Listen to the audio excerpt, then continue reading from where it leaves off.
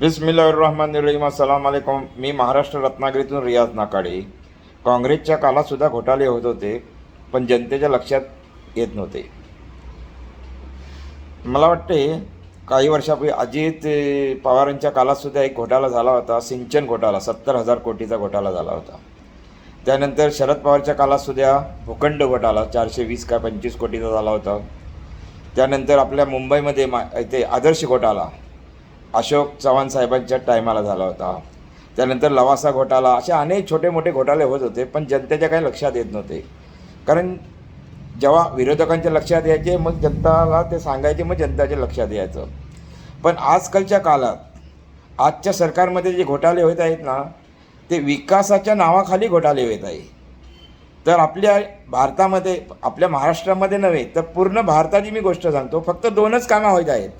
ती 2 कामं कुठली?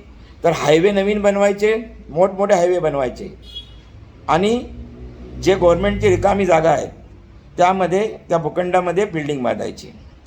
आता आपल्या महाराष्ट्रामध्ये बघा ना, ज्या ठिकाणी 500 गाड्या पण जात नाही तिथे 500,000 कोटी खर्च करायचे, जनतेच्या विकासाच्या नावाखाली खर्च करायचे, आणि त्याच्यातून ते घोटाळे करून ते फायदा कमवायचा. हे धंदे चालू आहेत. रोडमध्ये हायवे बनवायचे आणि पैसा काढायचं. जनता काय समजते? विकास होतो आहे.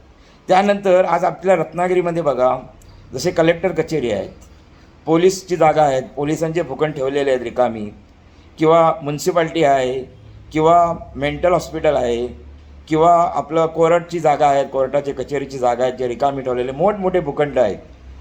अशा ठिकाणी, किंवा MIDCची जागामध्ये, ते सरकारी जागा असतात ना, ज्या रिकामी जागा जिथे पण सरकारी दिसतील तिथे मोठमोठे बिल्डिंग बांधायचे, आणि मग त्यामध्ये विकासाच्या नावाखाली घोटाळे करायचे. जनता काय एवढी लक्षात देत नाही. लक्षानं काय पडलं जनतेला? जनता काय विचार करतो? हा विकास होतो आहे, विकास चांगला चालला आहे. फक्त 2च कामाचा विकास आहे आपल्या महाराष्ट्रामध्ये. फक्त ते भूखंडमध्ये मोठमोठे बिल्डिंग बांधायचे आणि मोठमोठे हायवे बांधायचे.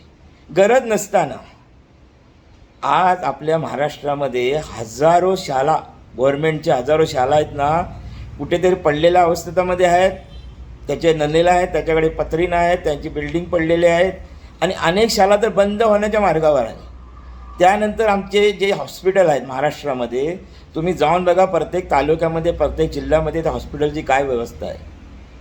अक्षरशः पेशंट आहे ना, बाहेर ह्याच्यामध्ये ॲडमिट आहे, बाहेरच्या पडवीमध्ये, अंगणामध्ये ॲडमिट झालेले दिसतात. अरे, अशा जाग्यावर तुम्ही विकास करा जिथे जनतेला आज फायदा होईल आजच्या काळामध्ये. किंवा ते शाळा रिपेअर करा, त्या शाळेला हायफाय करा. जसे तुम्ही आपले गव्हर्नमेंटचे ऑफिस हायफाय करताय ना, त्या पद्धतीने शाळा पण हायफाय करा, ते हॉस्पिटल हायफाय करा, तर त्याचा जनतेला फायदा आहे.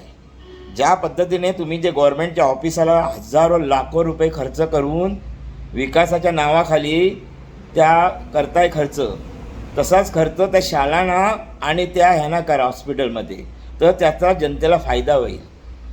जय हिंद, जय महाराष्ट्र.